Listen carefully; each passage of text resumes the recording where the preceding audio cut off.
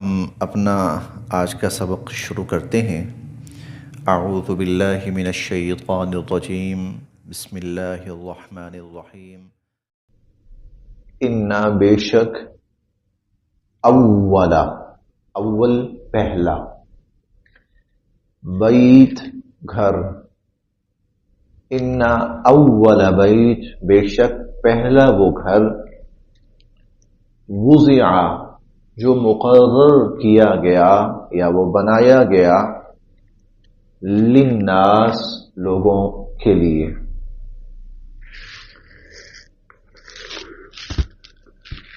ان اول بیت بے شک پہلا وہ گھر، وضع جو بنایا گیا، للناس لوگوں کے لیے،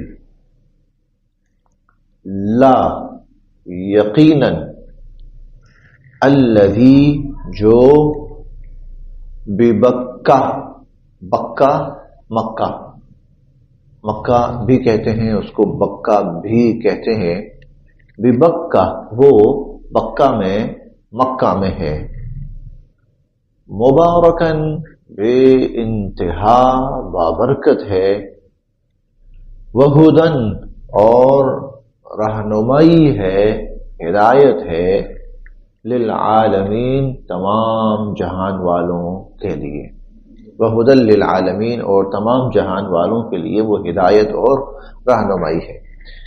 ان اول بیت بے شک پہلا وہ گھر، وضع للناس جو لوگوں کے لیے مقرر کیا گیا، لوگوں کے لیے بنایا گیا، للذی ببکہ تو وہ گھر ہے جو کہ مکہ میں ہے، مبارکن بے انتہا بابرکت ہے، وہدی للعالمین اور تمام جہان والوں کے لیے باعث رہنمائی ہے۔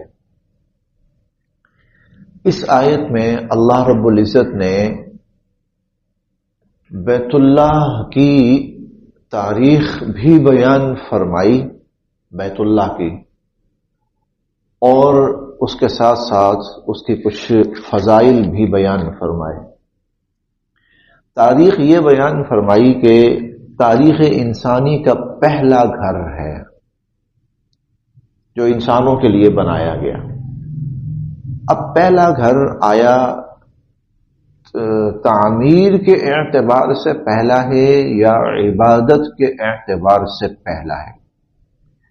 تعمیر کا مطلب تو یہ ہوگا کہ بھئی جب روئے زمین پر تعمیر شروع ہوئی ہے تو سب سے پہلے بیت اللہ بنایا گیا، اس کے بعد کسی انسان کا، آدم علیہ السلام ہی تھے، آدم علیہ السلام اور اماں حوا، تو اس کے بعد آدم علیہ السلام اور اماں حوا نے اپنا گھر بنایا۔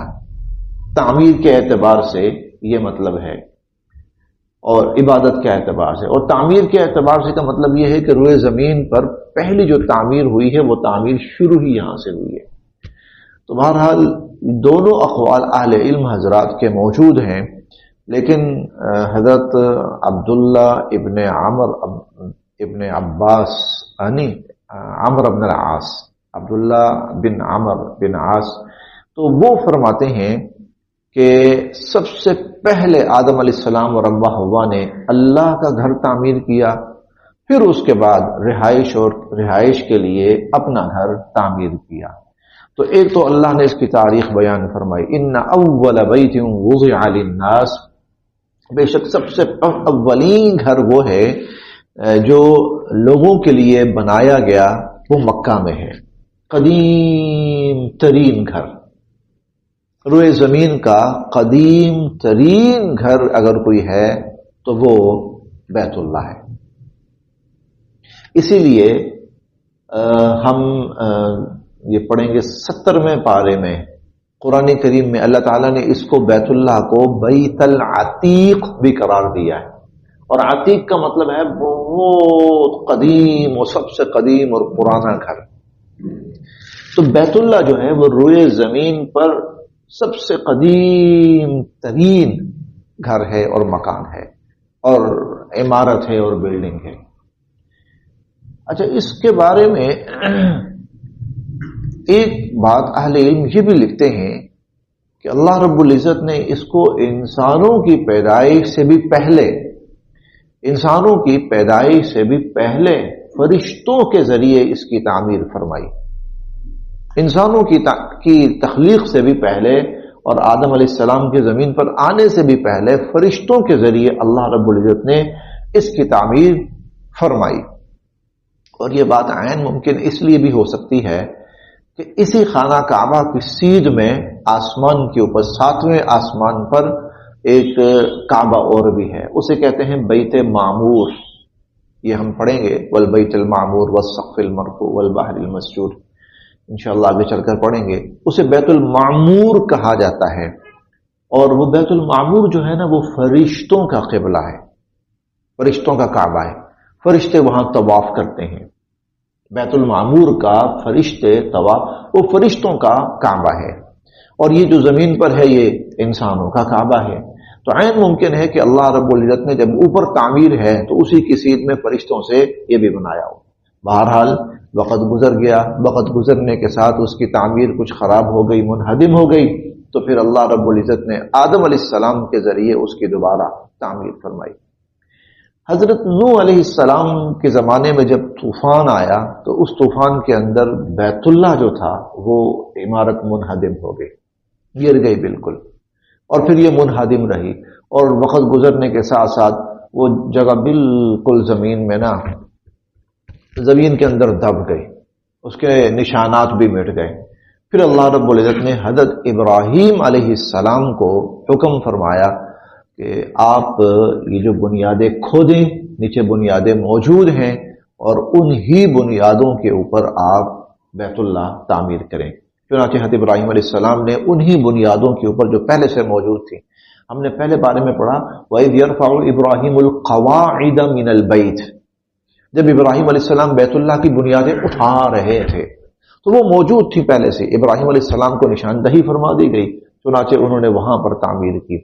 تب سے لے کر آج تک بیت اللہ کی تعمیر جو ہے وہ پھر منہدم نہیں ہوئی. اس کے بعد سے موجود ہے، اس کے بعد سے بیت اللہ آباد ہے، اس کے بعد سے لوگوں کا وہاں پر آنا جانا حضور علیہ الصلوۃ والسلام سے پہلے بھی. قبیلہ بنی جرہم نے ایک دفعہ تعمیر تھوڑی سی پرانی ہو گئی، انہوں نے دوبارہ تعمیر کی. قوم عمالقہ ہے، تعمیر تھوڑی سی پرانی ہو گئی، انہوں نے اس کو پھر اور بہتر کیا، اثر نو دوبارہ تعمیر کیا. حضور علیہ الصلوۃ والسلام کو جب نبوت ملی، آپ کی نبوت سے 5 سال قبل قریش نے تعمیر کی، بیت اللہ کی تعمیر کی. قریش نے حضرت ابراہیم علیہ السلام کے زمانے کی جو تعمیر تھی نا، اس تعمیر میں 3 تبدیلیاں کی قریش نے. ایک تبدیلی یہ کی کہ وہ عمارت مکمل نہیں کر پائے. وہ بڑا معروف واقعہ ہے، وہ کہتے تھے کہ 100% ہر طرح کی حلال ترین اور پاک ترین کمائی اس پہ لگائیں گے. تعمیر پوری ہو گئی، نہ ہوئی چھوڑ دیں گے، حرام نہیں لگائیں گے اس میں. چنانچہ جب تعمیر شروع کی تو وہ حلال کا پیسہ تھوڑا سا ہی ہوتا ہے، حلال کا تو تھوڑا سا ہی ہوتا ہے، تو وہ ختم ہو گیا. اب کیا کریں، اب تعمیر ادھوری ہے ابھی. تو انہوں نے ایک چھوٹی سی دیوار بنا دی کہ یہ تعمیر اصل میں یہاں تک آئے گی، لیکن ابھی ہمارے پاس وسائل نہیں ہیں. وسائل آئیں گے تو ہم اس کو مکمل کر لیں گے. وسائل مطلب حلال وسائل، تو ہم اس کو مکمل کر لیں گے. بس چند سال گزرے، حضور علیہ الصلوۃ والسلام کی نبوت کا سلسلہ شروع ہو گیا، اور پھر قریش کا خاتمہ ہو گیا. حضور علیہ الصلوۃ والسلام دوبارہ آپ کی اختیار میں آ گیا، سارا مکہ فتح ہو گیا. تو وہ جو دیوار انہوں نے بنائی تھی نا، اسے حطیم کہا جاتا ہے. اب بھی تو ماشاءاللہ تو خیر وہ بڑی معروف جگہ ہے حطیم، یعنی بیت اللہ اصل میں یہاں تک ہے. لہذا جو شخص حطیم کے اندر نماز پڑھتا ہے وہ ایسے ہی گویا بیت اللہ کے اندر نماز پڑھ رہا ہے، وہ گویا بیت اللہ کے اندر. تو ایک انہوں نے نا تبدیلی ان سے یہ ہوئی. دوسری تبدیلی انہوں نے یہ کی کہ پہلے 2 دروازے تھے. حضرت ابراہیم علیہ السلام کی جو تعمیر تھی اس میں 2 دروازے تھے. اچھا، قریش نے جب تعمیر کی تو ایک دروازہ بند کر دیا اور جو ایک دروازہ کھلا رہنے دیا. اور تیسری تبدیلی انہوں نے یہ کی کہ پہلے یہ جو دروازہ تھا یہ بالکل جس طرح عام دروازے ہوتے ہیں نا نیچے، تو یہ اس طرح دروازہ تھا. قریش نے اس دروازے کو بلند کر دیا. تاکہ ہر کوئی نہ جا سکے، صرف وہی جا سکے جس کو ہم الاؤ کریں۔ جب حضور علیہ الصلوۃ والسلام نے مکہ فتح فرمایا تو آپ نے عائشہ سے فرمایا کہ میرا دل کرتا ہے کہ میں تعمیر جو ہے وہ حضرت ابراہیم علیہ السلام کی بنیادوں کے اوپر مکمل کر دوں، لیکن اس وقت اگر میں نے چھیڑ چھاڑ کی نا تو لوگ نئے نئے مسلمان ہو رہے ہیں، کہیں وہ ان کے دلوں کے اندر کوئی بدگمانی یا بددلی نہ پیدا ہو، کوئی فتنہ نہ پیدا ہو، تو میں یہ چاہتا ہوں کہ کر دوں، لیکن صرف اس وجہ سے کہ لوگوں کے اندر کوئی فتنہ پیدا نہ ہو۔ آپ نے فرمایا میں ابھی نہیں کر رہا۔ پھر جب حضرت عبداللہ بن زبیر رضی اللہ عنہ مکہ کے حکمران بنے تو انہوں نے حضور علیہ الصلوۃ والسلام کے اس فرمان کے مطابق بیت اللہ کی جو تعمیر تھی وہ حضرت ابراہیم علیہ السلام اور حضور کی خواہش کے مطابق کر دی، حضور علیہ الصلوۃ والسلام کی خواہش کے مطابق کر دی، لیکن ان کی چونکہ چپکلش چل رہی تھی حجاج بن یوسف کے ساتھ، تو حجاج بن یوسف نے ان کو شہید بھی کیا اور دوبارہ اسی تعمیر پر بیت اللہ کو کر دیا جس تعمیر پر قریش کے زمانے سے چلا آ رہا تھا۔